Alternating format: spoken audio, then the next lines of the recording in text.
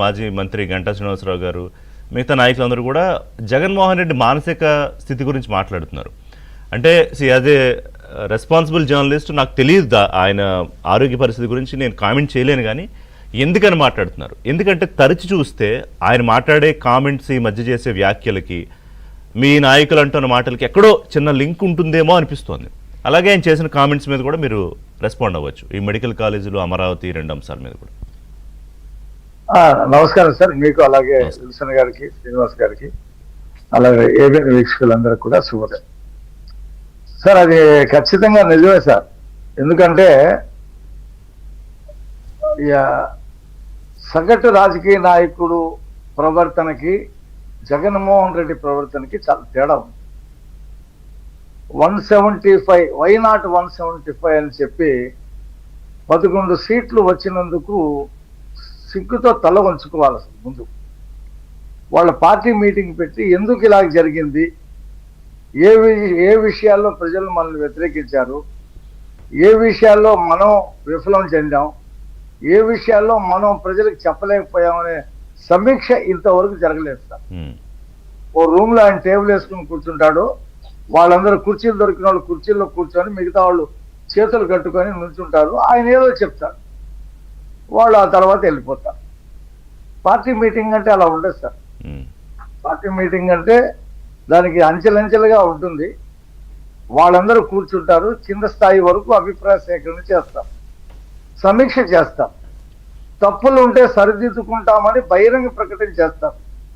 మేము ఈ తప్పులు చేశాం కాబట్టి ప్రజలు మీరు మమ్మల్ని ఓడించారు, భవిష్యత్తులో ఈ పునరావృతం కాకుండా చూసుకుంటామని చెప్పి ఏ రాజకీయ పార్టీ అయినా సరే ఓటమి చెందిన తర్వాత 1 నెలకో 2 నెలలకో చేసింది నేను చాలాసార్లు చూశానంటే. కానీ ఇతను పరిస్థితే వేరు. అబద్ధాలు చెప్పి అధికారంలోకి వచ్చాడు, అధికారంలోకి వచ్చి అబద్ధాలు చెప్పాడు, మళ్ళీ ఓడిపోయి మళ్ళీ అబద్ధాలు చెప్తా ఉన్నాడు. అంటే ఇతని మానసిక పరిస్థితిలోనూ ఏదో తేడా ఉంది. మరి అది ఎవరు చెప్తారు సార్? అది డాక్టర్లు చూడాలా?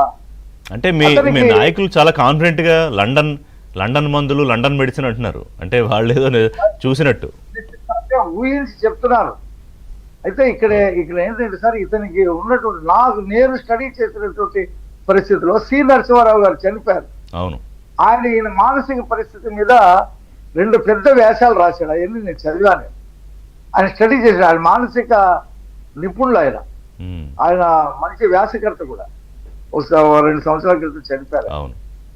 అయితే ఇతనికి డబ్బు పిచ్చి. అంటే కొందరికి కొన్ని రకాలు ఉంటాయి సార్. కొందరు బ్యాడ్మింటన్ ఆడి గెలవాలని, లేకపోతే క్రికెట్ ఆడి ప్రపంచంలో పెద్ద పేరు తెచ్చుకోవాలని, లేదా ఒక విషయం కొత్తగా కనిపెట్టి నోబెల్ బహుమతి తెచ్చుకోవాలని అలా ఉంటారు. ఒక్కొక్కళ్ళు ఒక్కొక్క రంగంలో నిష్ణాతులై మనం పేరు తెచ్చుకోవాలనేటువంటి ఒక కాంక్ష ఉంటుందండి. లేదా నేను ఒక ప్రధానమంత్రి కావాలా, లేదా ఒక ముఖ్యమంత్రి కావాలా అనే కోరుకుంటే దానికోసం పద్ధతిలో వెళ్తారు. ఇతని మెయిన్ మనీ అండి, మనీ ఎక్వైర్. దానికోసం అధికారం కావాలండి. అధికారంలోకి రావటం ఎందుకు? డబ్బు సంపాదించడం కోసం. ఆ డబ్బు సంపాదించాలనేటువంటి పిచ్చిలో తల్లి లేదు, చెల్లి లేదు, ఎవరూ లేరు. ఇంకా అసలు అందరినీ వదిలేస్తాడు. అంటే మీరు అన్నట్టు ఇప్పుడు ఆయనకు ఆకాంక్ష, విపరీతమైన డబ్బు కాంక్ష ఉండి మీరు అన్న పిచ్చి అన్నా కూడా మళ్ళీ గెలవాలంటే సరే ఆ డబ్బు కాంక్ష కోసమో పవర్ కోసమో 4 మంచి పనులు చేస్తేనే కదా ప్రజలు మళ్ళీ గెలిపిస్తారు. అంటే అతని మైండ్ సెట్ ఎలా ఉంటుందంటే, ఆ సాఫ్ట్వేర్ కూడా మనం అబద్ధాలు చెప్పొచ్చాం, ఓకే, మళ్ళీ కొన్ని చెప్పాం, ఓడిపోయాం, ప్రజలు మళ్ళీ నన్ను ఈ చంద్రబాబు మీద, ఈ కూటమి ప్రభుత్వం మీద అబద్ధాలు చెప్తే నన్ను నమ్ముతారని ఆయన అనుకుంటాడు. Okay okay. ఇప్పుడు మనం ఏదైనా ఒక పిచ్చి ఆసుపత్రికి వెళ్తాం అనుకోండి, ఎర్రగడ్డ ఆసుపత్రికి, వాళ్ళకి ఎంత చెప్పినా వినరు కదా. వాళ్ళే కరెక్ట్, మనం తప్పు అంటారు వాళ్ళు. అంటారు. అదే రకంగా ఈయన డబ్బు పిచ్చిలో ఈ తండ్రి ద్వారా వచ్చినటువంటి విపరీతమైనటువంటి సంపాదన, అసలు ప్రపంచంలో ఇంత సంపాదన ఎవరికి రాలా. 4-5 లక్షల కోట్లు ఉన్నాయి ఆయన దగ్గర. ఎక్కడెక్కడ దాచాడో అన్నీ ఆయనకి తెలుసు. ఇప్పుడు అంటే మీరు చూడండి, నేను మొత్తం షాపులన్నీ ఎత్తేసి, మందు షాపులన్నీ ఎత్తేసి అప్పుడే మీ దగ్గరకు ఓట్లు అడగడానికి వస్తాను అని బహిరంగంగా వందల సార్లు పాదయాత్రలో చెప్పిన మనిషి, అవును, అదే లిక్కర్తో కొన్ని వేల కోట్ల రూపాయలు సంపాదన చేసి మళ్ళీ సిగ్గు లేకుండా మళ్ళీ మహిళల దగ్గరికి వచ్చి నా అక్కలారా నా చెల్లిలారా అని చెప్పి మాట్లాడాడంటే అతను ఎంత విపరీతమైన మనస్తత్వం, ఎంత మోసగాడో మనకు అర్థమైపోయింది. ప్రజలు కూడా అర్థం చేసుకున్నారు. అంటే అతను మారడు, మళ్ళీ అబద్ధాలు చెప్పాలా. మెడికల్ కాలేజీలు కట్టేశాను, అక్కడ ఫోటో దిగితే ఓహో.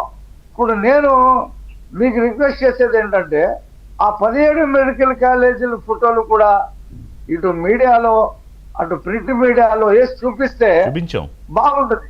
ఇప్పుడు మా మా హోంమంత్రి గారు చెప్పారు, నేను అన్ని రక్షణలతో నిన్ను ప్రతి మెడికల్ కాలేజ్ దగ్గరికి తీసుకెళ్తాను, చూపిస్తాను, అక్కడ ఆహా అంటావో ఓహో అంటావో చెప్తావు కానీ రా అని చెప్పేసి నేను ఆ మంది.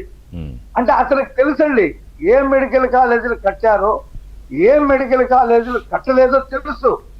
అయినా సరే గోబెల్స్ అనేటువంటి వాడిని ఒక గురువుగా భావించి, ఇప్పుడు హిట్లర్ జమానాలో గోబెల్స్ ఉండేవాడు. గోబెల్సే గురువా లేకపోతే ఈయనే